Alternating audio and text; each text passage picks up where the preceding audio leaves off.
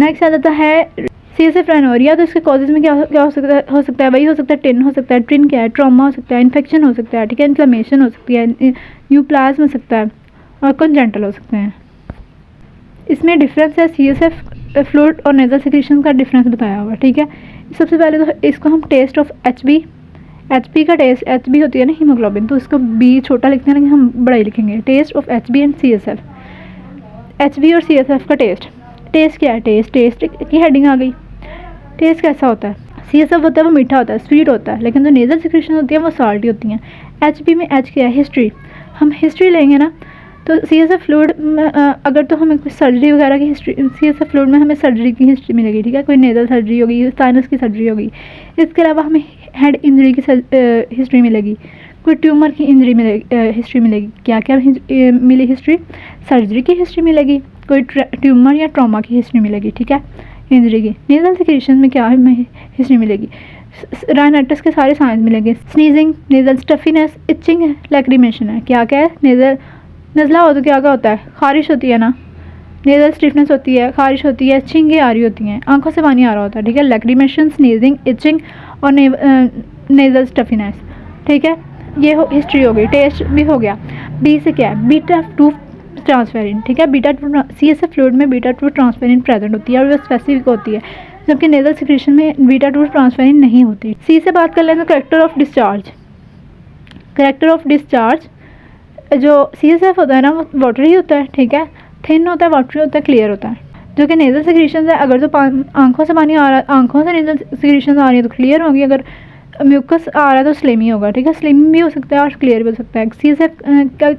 CSF का की character कैसा था? थिन, वाटरी एंड क्लियर, ठीक है, थिन, वाटरी एंड क्लियर। जबकि जो नेजल सिक्रीशन है वो स्लेमी हो सकती है, क्लियर हो सकती है। अगर म्यूकस है तो स्लेमी, अगर टीयर्स आन तो क्लियर। ऐसे क्या? शुगर कंटेंट सिंस CSF में ज़्यादा होते हैं, 30 mg पर डेसीलीटर से ज़्यादा होते हैं, जबकि नेजल सिक्रीशन में 10 mg पर डेसीलीटर से कम होते हैं, ठीक है। टेस्ट इसीलिए तो स्वीट है ना, क्योंकि 30 mg से ज़्यादा है। इसके बाद F से बात कर लें तो फ्लो ऑफ डिस्चार्ज कैसा? फॉरवर्ड बेंडिंग या स्ट्रेनिंग से ना CSF तो नीचे ड्रॉप्स गिरने लग जाते हैं और स्निफ बैक नहीं कर सकते, ठीक है। स्निफ बैक नहीं हो सकता CSF, लेकिन नेजल सिक्रीशन है वो स्निफ बैक की जा सकती हैं, ठीक है। बेंडिंग फॉरवर्ड का कोई इसका ताल्लुक़ नहीं होता। आगे झुकने से अगर आ रहा है ना तो वो CSF है, अगर आगे झुकने से कोई फ़र्क नहीं पड़ा तो नेजल सिक्रीशन है।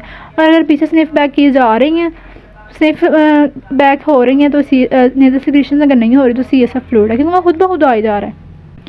तो test of HB and CSF में हमने क्या कर लिया? टेस्ट कैसा है, ठीक है, हिस्ट्री ले ली, बीटा-2 ट्रांसफेरिन की बात कर ली, हिस्ट्री ले ली, बीटा-2 ट्रांसफेरिन की बात कर ली, करेक्टर ऑफ डिस्चार्ज की बात कर ली, फ्लो ऑफ डिस्चार्ज की बात कर ली और हमने शुगर कंटेंट की बात कर ली।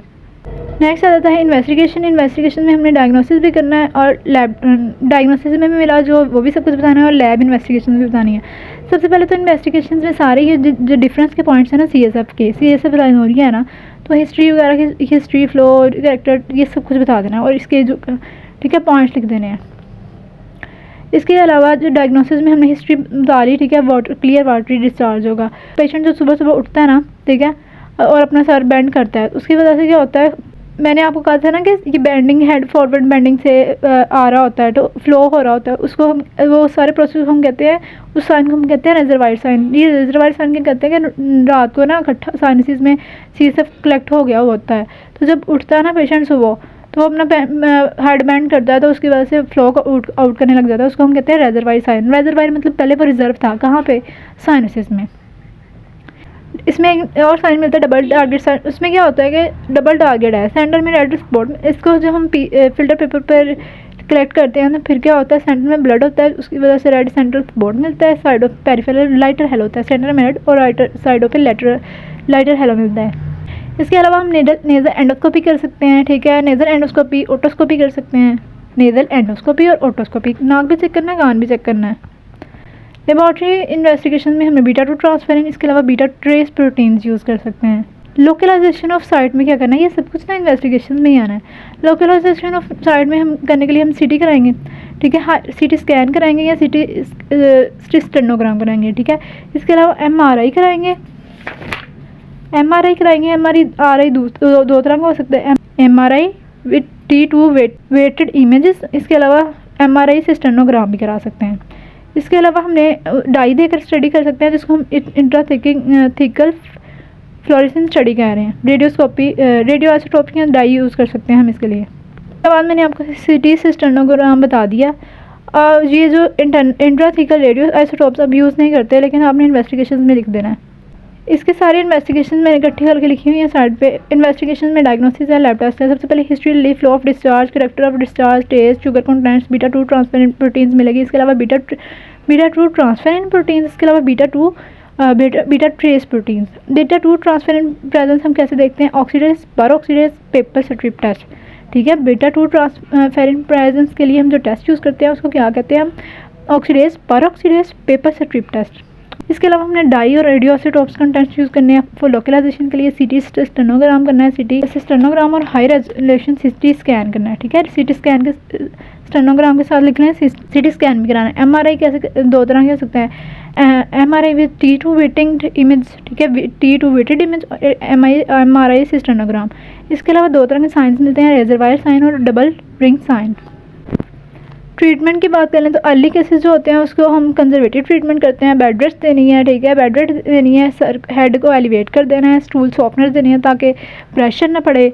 कॉन्स्टिपेशन होगी तो प्रेशर पड़ेगा, उसकी वजह से CSF लीकेज स्टार्ट हो जाएगी। इसके अलावा हमें नाक अवॉइड करनी है, किसके से? स्नीजिंग से अवॉइड करना है, स्ट्रेनिंग से अवॉइड करना है, नोज ब्लोइंग से अवॉइड करना है। ठीक है, कंजर्वेटिव ट्रीटमेंट में क्या क्या? बेड रेस्ट करानी है, हेड को एलिवेट कर देना है, स्टूल सॉफ्टनर्स देने हैं, अवॉइडेंस करना है नोज ब्लो से, स्नीजिंग से और स्ट्रेनिंग से।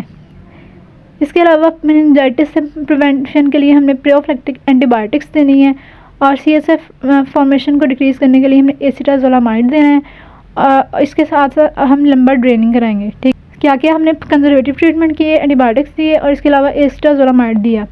अब हमने सर्जिकल रिपेयर के लिए क्या क्या कर सकते हैं? इसको हम नेट से कर सकते हैं, NET नेट। N से क्या? Neuro surgical intracranial approach. क्या? न्यूरो सर्जिकल इंट्राक्रेनियल अप्रोच, मतलब इंट्राक्रेनियल अप्रोच। E से क्या? Extra ड्यूरल approaches. T से क्या है? Transnasal endoscopic approach. एक हमने दिमाग के ज़रिए, दूसरा हमने ड्यूरा के ज़रिए, तीसरा हमने नेज़ल के ज़रिए। क्रेनियल के साथ इंट्रा आना है और ड्यूरा के साथ एक्स्ट्रा ड्यूरा आना है और जो नेज़ल है उसके साथ ट्रांस आना है। इंट्रा क्रेनियल, एक्स्ट्रा ड्यूरल और ट्रांस नेज़ल। अब जो एक्स्ट्रा ड्यूरल है उसकी फर्दर आगे से टाइप्स होती हैं। कौन कौन सी हो सकती है? 3 है इसकी।